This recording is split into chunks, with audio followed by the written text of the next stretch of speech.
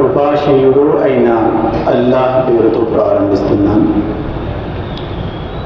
సంగారెడ్డి పట్టణంలో నిర్వహిస్తున్న ఈ ఈద్ మిలాద్ కార్యక్రమంలో ఇప్పటి వరకు అద్భుతంగా ప్రసంగించిన వక్తలు పెద్దలు ఎక్స్ ఎమ్మెల్సీ గౌరవనీయులు సత్యనారాయణ గారు, సంపూర్ణ కృష్ణుడిలా ఇప్పటి వరకు అద్భుతమైన ప్రసంగం చేసిన తెలుగు పండితులు డాక్టర్ పూర్ణకృష్ణ గారు, అదేవిధంగా క్రైస్తవ ప్రతినిధిగా హాజరై క్రైస్తవ ధర్మాన్ని రిప్రజెంట్ చేస్తూ మన ముందు తమ భావాలుంచిన మిత్రులు బ్రదర్ అనిల్ కుమార్ గారు, జమాత్ ఇస్లామీ హింద్ సంగారెడ్డి అధ్యక్షులు హష్మతుల్లా ఖాన్ గారు, జిల్లా అధ్యక్షులు గౌరవనీయులు షాహెద్ గారు, ఇంకా వేదికపై ఉన్న జమాత్ పెద్దలు, అదేవిధంగా వీరికంటే చాలా కీలకమైన స్థానంలో కూర్చున్న పెద్దలు, పట్టణ ప్రముఖులు, రాజకీయ నాయకులు, యువకులు, మహాశైలారా, ఈ కార్యక్రమం ఈద్ మిలాద్ కార్యక్రమం అని స్పష్టంగా మనకు తెలుస్తూనే ఉంది. ఒక ముస్లిం వక్త అంటే ఇస్లాంని రిప్రజెంట్ చేసే ఒక వక్త ఏ విధంగా మాట్లాడాలనో, ఏదైతే చెప్పాలనో, సందర్భోచితంగా ఏ అంశాలైతే సభకు విన్నవించుకోవాలనో, తెలియపరచుకోవాలనో, అవన్నీ విషయాలు అచ్చం ఒక ముస్లిం వక్తలాగానే ఇప్పటి వరకు వక్తలు మన ముందు ఉంచుతూ వచ్చారు.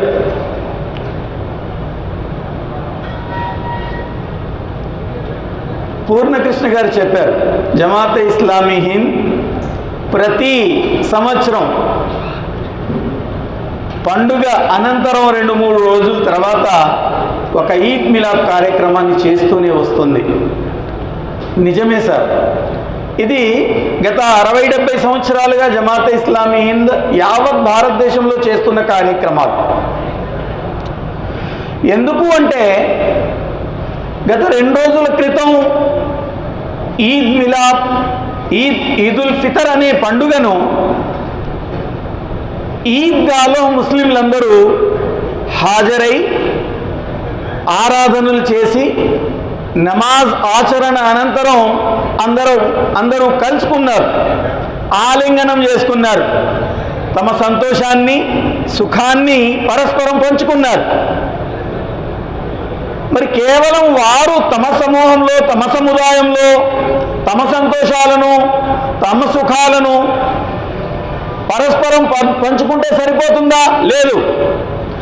భారతదేశం ఒక విశాల దేశం, విభిన్న సంస్కృతులు, విభిన్న మతాలు, విభిన్న ఆచారాలు, విభిన్న నమ్మకాలు, అందరూ కలిసికట్టుగా ఉండే ఈ దేశంలో మరి అదే పండుగ సుఖ సంతోషాలను వేరే ధర్మాల మిత్రులతో కూడా పంచుకోవాలి అనే భావం ఏదైతే ఉందో అది జమాత్ ఇస్లామీ హింద్ గత 60 సంవత్సరాలుగా ఈ విధమైన కార్యక్రమాల్ని ఇంప్లిమెంట్ చేస్తూ, ఆర్గనైజ్ చేస్తూ, అందరినీ మరి ఈ కార్యక్రమంలో భాగస్వాములుగా చేస్తూ, ఈ సందర్భంలో మనిషికి కావలసిన మంచి గుణాలు ఏవైతే ఉన్నాయో ఆ గుణాల ప్రస్తావన ఇక్కడ చేయడం జరుగుతూ ఉంటుంది.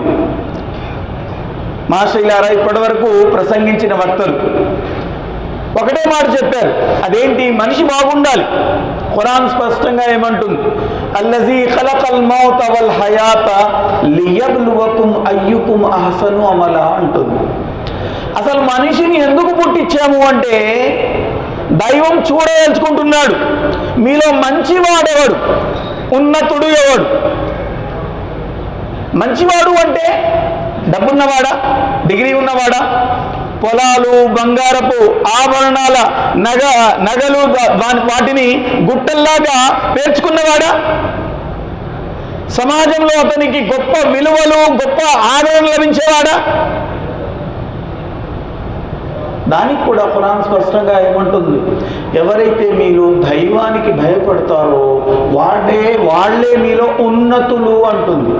దైవానికి భయపడటం అంటే దేవుడు కొన్ని విలువలు నేర్పించాడు మనకి.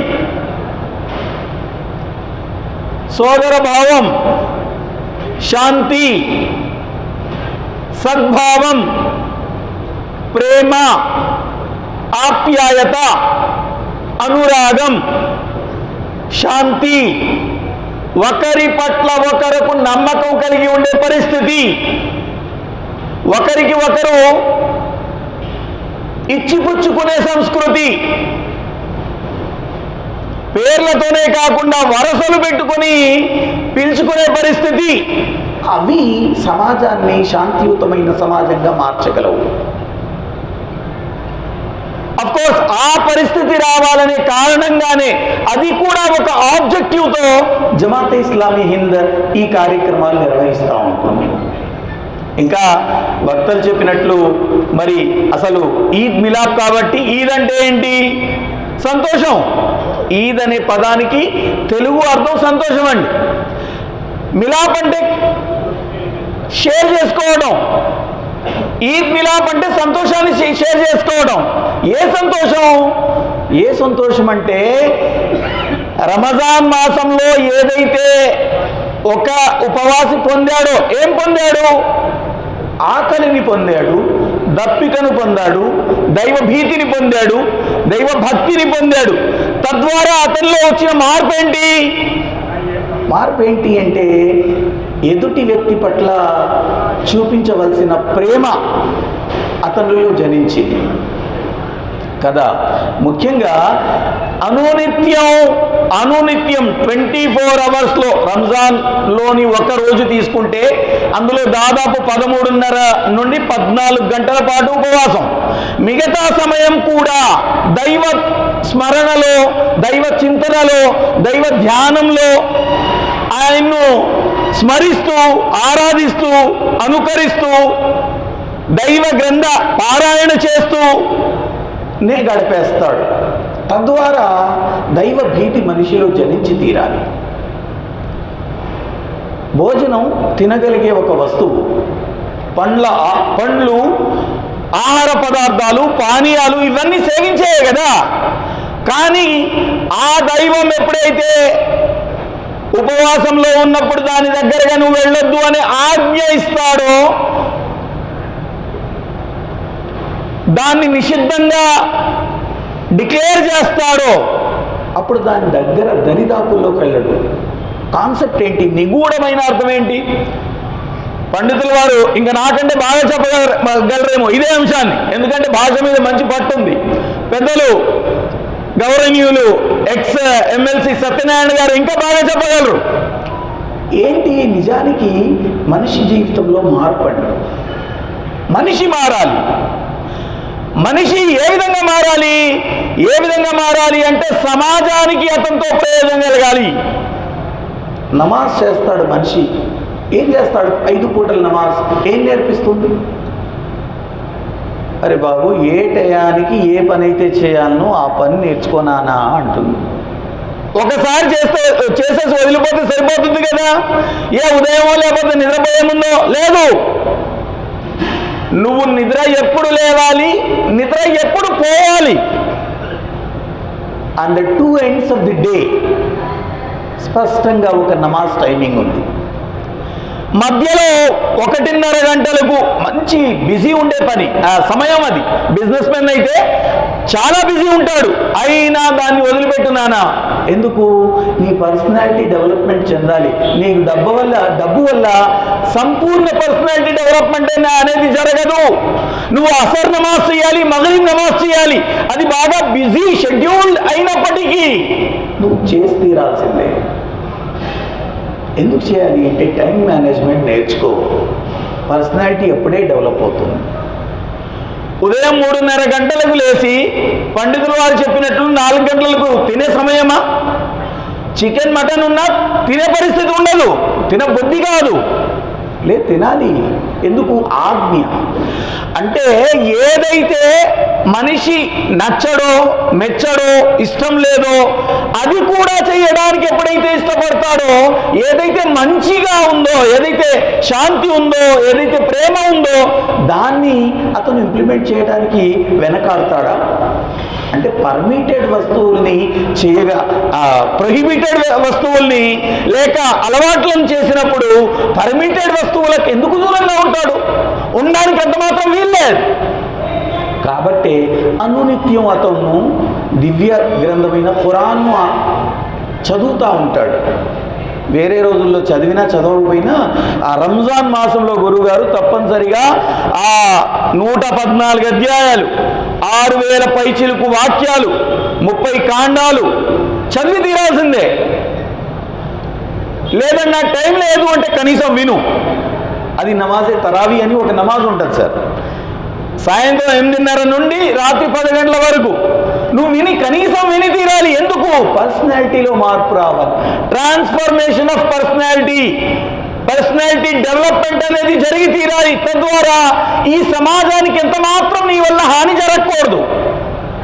ఖురాన్ స్పష్టంగా ఒకటే మాట అంటది, నువ్వు ఒకవేళ సొసైటీకి హాని చేసినట్లయితే, నష్టపరిచినట్లయితే, వేరే వారికి ఇబ్బంది గురి చేసినట్లయితే యు ఆర్ నాట్ ఏ ముస్లిం.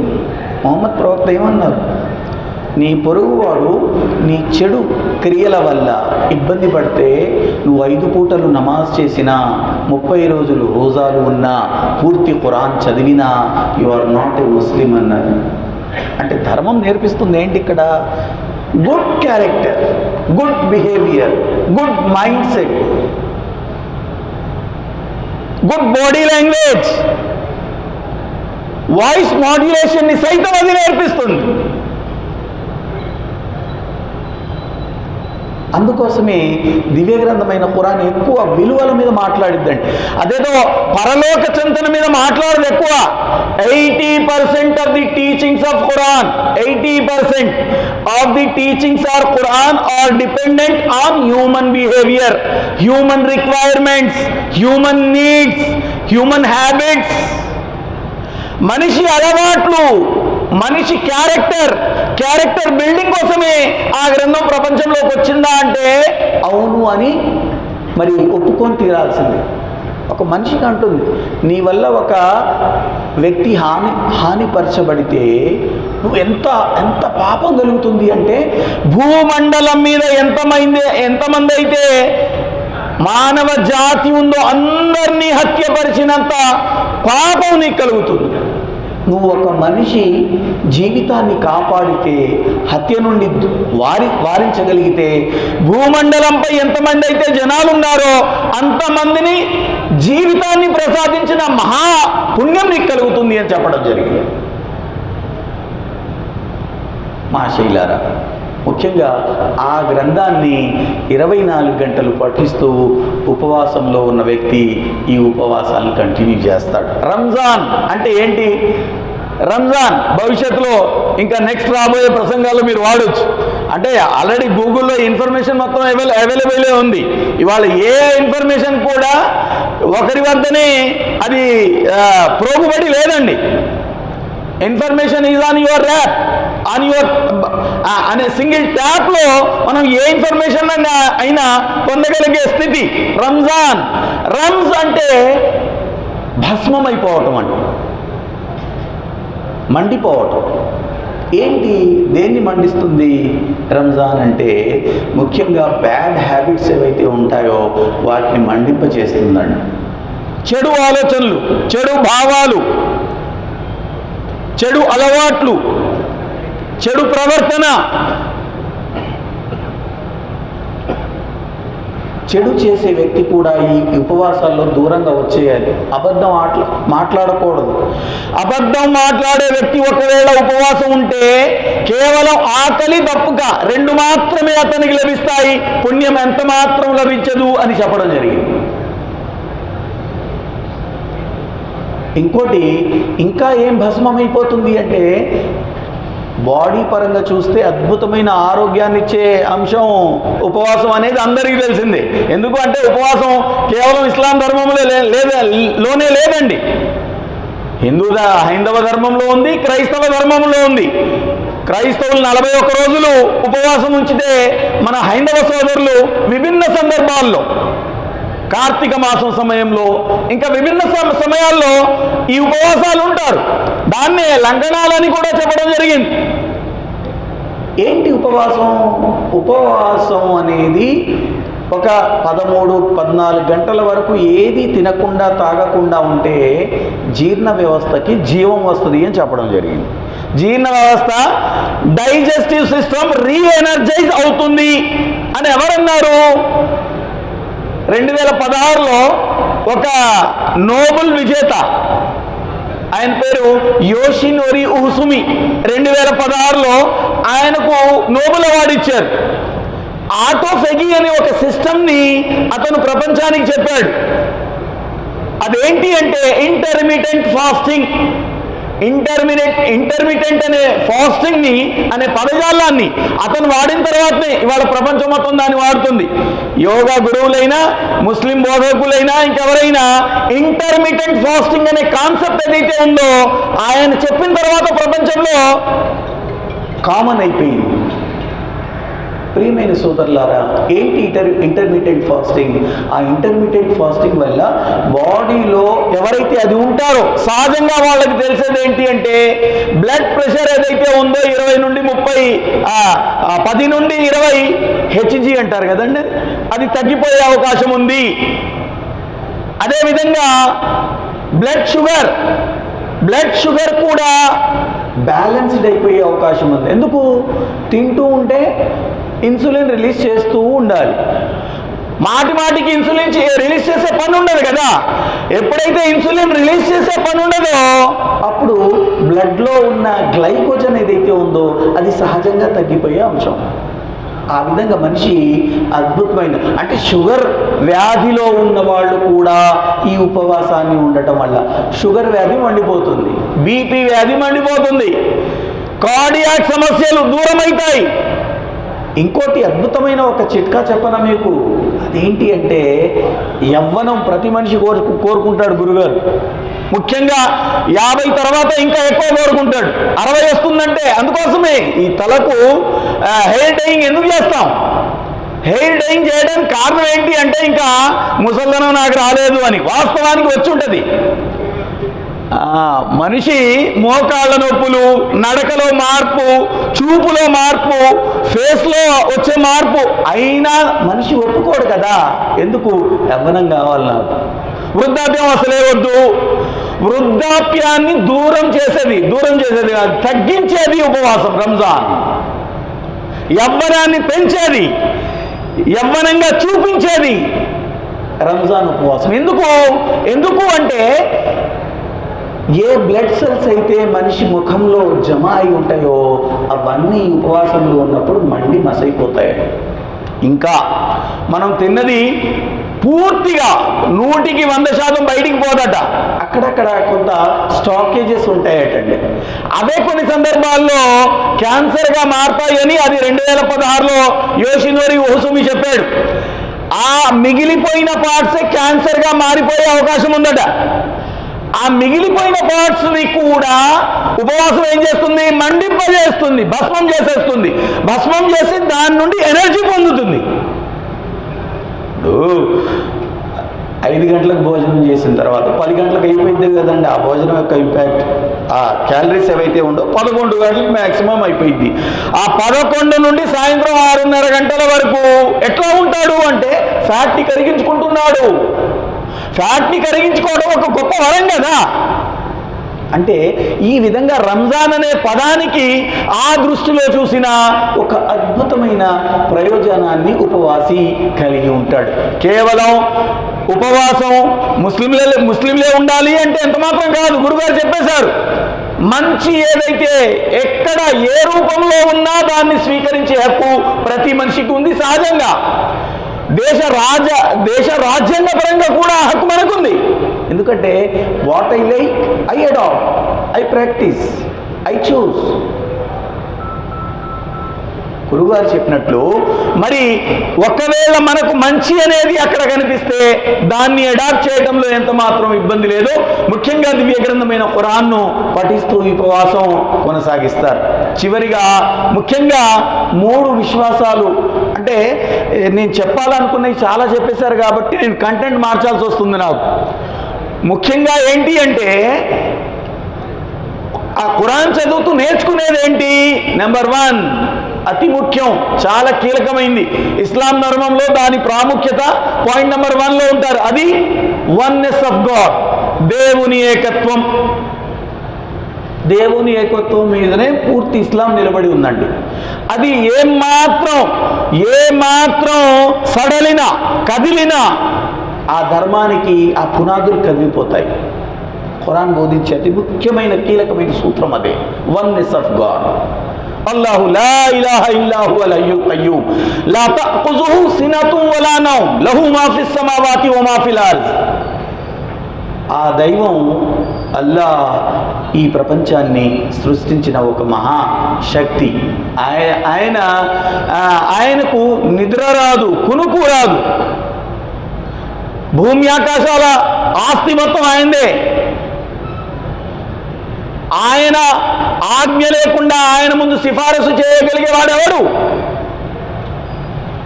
ఇంకా విభిన్నమైన సందర్భాల్లో వన్నెస్ ఆఫ్ గాడ్ బలంగా చెప్తారు. ఎందుకు చెప్పడం జరిగింది? What oneness of God is, what is the benefit of concept of oneness of God? మాషీలారా, సైకలాజికల్గా మనిషి డిటర్మిండ్ అయిపోయాడు అనుకోండి, నాకు మీ నుండి మాత్రమే ప్రయోజనం పొందగలిగే అవకాశం ఉంది, మీరు తప్ప ఎవ్వరి ద్వారా నాకు ప్రయోజనం కలగదు అని బలంగా నమ్మకం ఉంటే మిమ్మల్ని పూర్తిగా నమ్ముకుంటారు.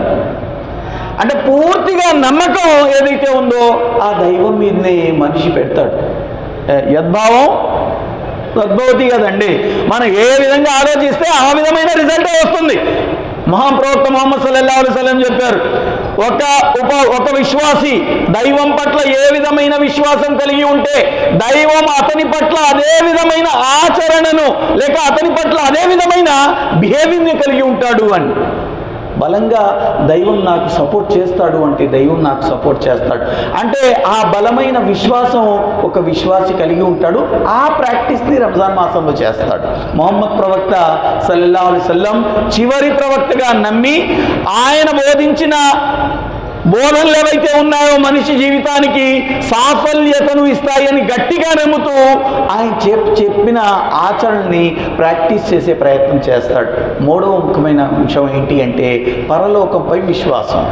పరలోకం అంటే మనిషి చచ్చిపోతున్నాడు, 1000 సంవత్సరాలు కాదు, ఎప్పుడైతే భూమి పుట్టిందో అప్పటి నుండి మనిషి పుడుతున్నాడు, చస్తున్నాడు. మనం పుట్టాం, చస్తాం, కాకపోతే మనం అంగీకరించాం, యాక్సెప్ట్ చేయం. నేను చస్తానని యాక్సెప్ట్ చేయను, నేను యాక్సెప్ట్ చేసిన నోటితో డిక్లేర్ చేయను, చేయడానికి సాహసం లేదు. ఎందుకు లేదు అంటే I don't like that. Whether you like or not, it's not up to you. You have to taste the death. కుల్లు నఫ్సిన్ జాయిఖతుల్ మౌత్ అని చెప్పడం జరిగింది. ప్రతి మనిషికి చావు అనేది తప్పదు. చావు రుచి ఏదైతే ఉందో అది చవి చూడాల్సిందే. చచ్చిపోయిన తర్వాత అంతటితో మసి అయిపోవడం వల్లనో మన్నులో వేసి కలిపేయటం వల్లనో జీవితం పూర్తి అవ్వట్లేదు. దాని తర్వాత మరొక జీవితం ఉంది, దాన్నే యౌముల్ ఆఖిరా లేక పరలోక జీవితం అని చెప్పడం జరిగిందండి. ఇది కూడా ఒక బలమైన కాన్సెప్ట్ అండి. ఇస్లాం ధర్మం పూర్తిగా 3 విశ్వాసాలపై నిలబడి ఉంది. పూర్తి భవనం ఏదైతే ఉందో అది 3 విశ్వాసాలపై ఉంది. ఒకటి దేవుని ఏకత్వం, ప్రవక్త ముహమ్మద్పై విశ్వాసం, 3వది పరలోకం పట్ల విశ్వాసం కలిగి ఉండడం. పరలోకం పట్ల విశ్వాసం అంటే ఏంటి అంటే నేను చేస్తున్న ప్రతి ఆచరణకు నేను జవాబుదారుణ్ణి. జవాబుదారీతనం అనేది పరలోక విశ్వాసం నేర్పిస్తుంది. ఒకటే మాట, మిమ్మల్ని నా ఆచరణ వల్ల, బిహేవియర్ వల్ల, క్యారెక్టర్ వల్ల ఇబ్బంది పెట్టాననుకోండి, ఇక్కడ నేను తప్పించుకోవచ్చు కాక, ఎందుకంటే నా సంగారెడ్డి పట్టణం కాదు, నేను ఎక్కడో ఖమ్మంలో ఉంటాను.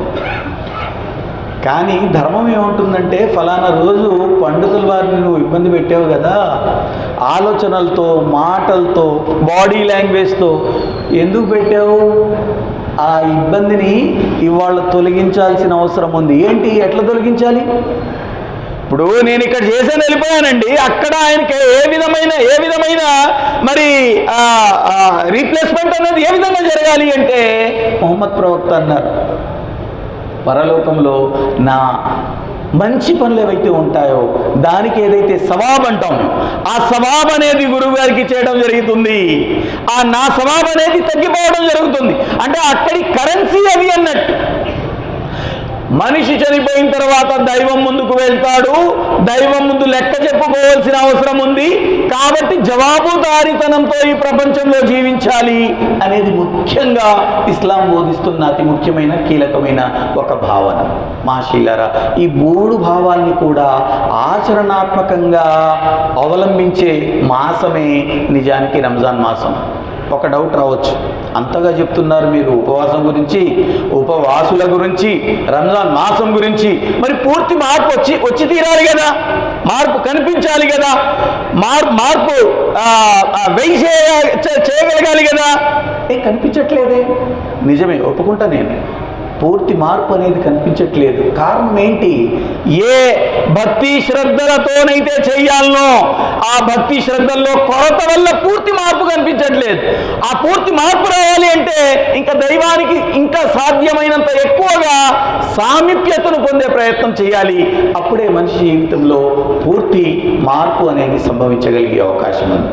ప్రియమైన సోదరులారా, ఇది ఈద్ మిలాద్ సందర్భం కాబట్టి ఇస్లాం ధర్మానికి సంబంధించిన ఈ కొన్ని విషయాలు మీ ముందుంచాను.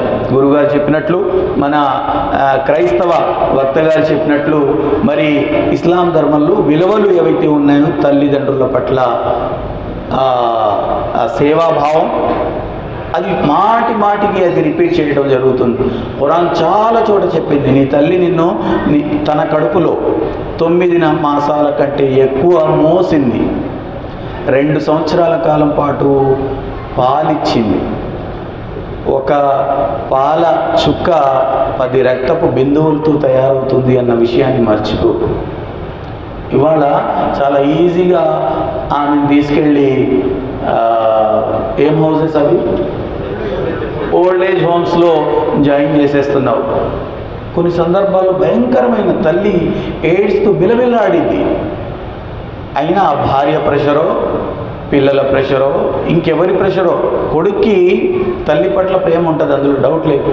మనిషి ఎవరైనా ఎక్స్టర్నల్ ప్రెషర్స్ ఉన్నాయి కదా, ఆ ప్రెషర్స్ని బేర్ చెయ్యలేని స్థితి, ఆ స్థితుల్ని కూడా దివ్య గ్రంథమైన ఖురాన్ అదే ముందుగా చెప్తుంది. ఇవన్నీ విషయాలు వఖజా రబ్బుక అల్లా తఅబుదు ఇల్లా ఇయ్యాహు వబిల్ వాలిదైని ఇహ్సానా ఇమ్మా యబ్లుగన్న ఇందకల్ కిబర అహదుహుమా ఔ కిలాహుమా ఫలా తకుల్ లహుమా ఉఫ్ఫిన్ వలా తన్హర్హుమా వకుల్ లహుమా ఖౌలన్ కరీమా అంటుంది. వాళ్ళ ముందు, తల్లిదండ్రుల ముందు నీ 2 భుజాలు వంచి ఉంచు, ఏయ్ అని అనకు, కళ్ళల్లో కళ్ళు పెట్టి వాళ్ళని ఎదిరించకు, వాళ్ళ పట్ల ప్రార్థన చెయ్యి. ఓ దైవమా, వారు నన్ను ఏ విధంగానైతే నా చిన్నతనంలో చూశారో వారి పట్ల నువ్వు కూడా అనుగ్రహాన్ని చూపు అని. అంటే ప్రతిరోజు ప్రార్థన చేయమని చెప్పడం జరిగింది. అర్థం ఏంటి? ప్రార్థన అంటే అర్థం ఏంటి? ప్రార్థన అంటే అర్థం ఏదైతే నేను చెయ్యదలుచుకుంటున్నానో, ఎలానైతే నేను మారదలుచుకుంటున్నానో, ఏ మార్పు అయితే నా వ్యక్తిత్వంలో నేను కోరుకుంటున్నానో దాన్నే ప్రార్థన రూపంలో నేను దైవం ముందు చెప్తూ ఉంటాను. అనునిత్యం నీ తల్లిదండ్రుల పట్ల ఈ విధమైన భావనలు కలిగి ఉండు అని చెప్పడం జరిగింది. ఇంకా మంచి అనే విషయాన్ని దివ్య గ్రంథమైన ఖురాన్ చెప్తుంది. ఏమని? దైవం పట్ల విశ్వాసం కలిగి ఉండు. లైసల్ బిర్ర అన్ తువల్లు వుజూహకుం కిబ్లల్ మష్రిఖి వల్ మగ్రిబ్ వలాకిన్నల్ బిర్ర మన్ ఆమన బిల్లాహ్. మంచి ఏంటి అంటే దైవం పట్ల విశ్వాసం కలిగి ఉండడం, వల్ యౌమిల్ ఆఖిర్, పరలోకం పట్ల విశ్వాసం కలిగి ఉండడం. ఈ విధంగా మంచి పనులు చేస్తూ ఏదైతే వాగ్దానం చేశావో ఆ వాగ్దానాన్ని పూర్తి చేయి. దైవ మార్గంలో ఖర్చు పెట్టు. ఎందుకు? దైవ మార్గంలో ఖర్చు పెట్టు అనే మాట చాలాసార్లు ఖురాన్లో వచ్చిందండి. ఎందుకు అంటే మనిషి సహజంగా ధనాన్ని ప్రేమిస్తాడు, నేచురల్గా. ఎంతగా ప్రేమిస్తాడు అంటే కొన్ని సందర్భాల్లో తన ప్రాణం కంటే కూడా ఎక్కువ ఇష్టపడతాడు దానికి. ఆ ఇష్టపడే దాన్ని దైవ మార్గంలో పెట్టడం వల్ల మనిషికి సమాజంలో ఆదరణ వస్తుంది. ఈ జకాత్, సదకా, ఫిత్రా ఏదైతే ఉందో, గురుగారికి ఆ పదం రాలేదు, జకాత్, ZAKAT అండి, జకాత్. ఆ జకాత్ అనే పదానికి అర్థం ఏంటి? అర్థం ఏంటంటే నీ ధనంలో ఏదైతే ఉందో, నువ్వు ఏదైతే సంపాదించావో దానికి సంపూర్ణ అర్హుడు నువ్వు మాత్రమే కావు. నువ్వు పెద్ద మొత్తంలో అవ్వవచ్చుగాక, నీ భార్య పిల్లలు పెద్ద సంఖ్యలో పెద్ద మొత్తంలో అవ్వవచ్చుగాక, కానీ సమాజంలో ఉన్న కడుబీదలు, నిరుపేదలు, అన్నార్తులు, అభాగ్యులు వాళ్ళ వంతు దాంట్లో ఉంది. నువ్వు ఇచ్చి పెద్ద గొప్ప విర్రవీగిపోయే అంశం ఏం లేదు అందులో. ఇవ్వాల్సిన బాధ్యత 2.5% తీయాలి, ఇవ్వాలి. అంటే మహాశైలారా, ఇక్కడ అంటే మనం అందరం ఏదో రూపంలో దాన ధర్మాలు చేస్తూనే ఉంటాం. ధర్మం ఏదైనా, విశ్వాసం ఏమైనా, మనిషిలో జాలిగల గుణం ఉంది కదా, ఆ జాలి గుణం పట్ల ఆ విధమైన యాక్టివిటీస్ మనం చేస్తూ ఉంటాం. అదే జాలి గుణాన్ని ఇంకా పెంపొందించే దిశగా విగ్రహమైన ఖురాన్ మనిషిని డిజైన్ చేస్తూ ఉంటుంది. ఇన్ టోటల్ ఏంటి అంటే, ఈ ఈద్ మిలాద్ సందర్భంలో మనిషిలో ఏదైతే ట్రాన్స్ఫర్మేషన్ వచ్చిందో, ఏదైతే చేంజ్ ఉందో, అది కేవలం 1 నెల మాత్రమే కాకుండా రాబోయే 11 నెలల పాటు దాన్ని ప్రాక్టీస్ చేయటం, దాన్ని కంటిన్యూ చేయటమే ఉపవాసి ముందున్న పెద్ద ఛాలెంజ్. కాబట్టి ఎవరెవరైతే ఉపవాసం ఇప్పటి వరకు ఉన్నారో వాళ్ళందరూ తప్పనిసరిగా తమ జీవితంలో మార్పు తెస్తారని మరి ఆ దైవాన్ని ప్రార్థించుకుంటూ, ముఖ్యంగా ఏ మిత్రులైతే పెద్ద సంఖ్యలో హిందూ క్రైస్తవ సోదరులు ఇక్కడ హాజరై ఉన్నారు, ఒక్కసారి ఏ విధంగానైతే మన పండితుల వారు చెప్పారో, విభిన్న ధర్మాల్ని పరికించి చూడటం, దాన్ని positive or negative attitude, both యాటిట్యూడ్స్లో చదవడం ముఖ్యం. ఆడ మీరు ఏ యాటిట్యూడ్ అనేది ఇంపార్టెంట్ కాదు. అవకాశం ఉంటే దివ్య గ్రంథమైన ఖురాన్ను కూడా ఒకసారి తెరిచి చూడండి, చదివి చూడండి. హ్యూమన్ సైకాలజీ, హ్యూమన్ నీడ్స్ ఏవైతే ఉందో అందులో స్పష్టంగా చెప్పడం జరిగింది. ఆ దైవం మనందరికీ ఈ కార్యక్రమంలో పాలుపంచుకునే మహాభాగ్యాన్ని ప్రసాదించినందుకు దైవానికి కృతజ్ఞతలు చెల్లించుకుంటూ, ఆ దైవం మనందరికీ అష్టైశ్వర్యాలను ప్రసాదించాలని, మంచి ఆరోగ్యాన్ని ప్రసాదించాలని, అదేవిధంగా భారతదేశాన్ని ఒక ఉజ్వలమైన దేశంగా, ప్రపంచంలోనే నెంబర్ 1 దేశంగా మార్చే దిశగా పయనించే మహాభాగ్యాన్ని ప్రసాదించాలని, మనందరికీ మంచి సద్బుద్ధిని, సద్భాగ్యాన్ని ప్రసాదించాలని, ఆచరణ చేసే మరి గొప్ప మంచి అలవాట్లు కూడా ప్రసాదించాలని ఆ అల్లాహ్ను వేడుకుంటూ ముగిస్తున్నాను. వాఖిరు దావనా అని.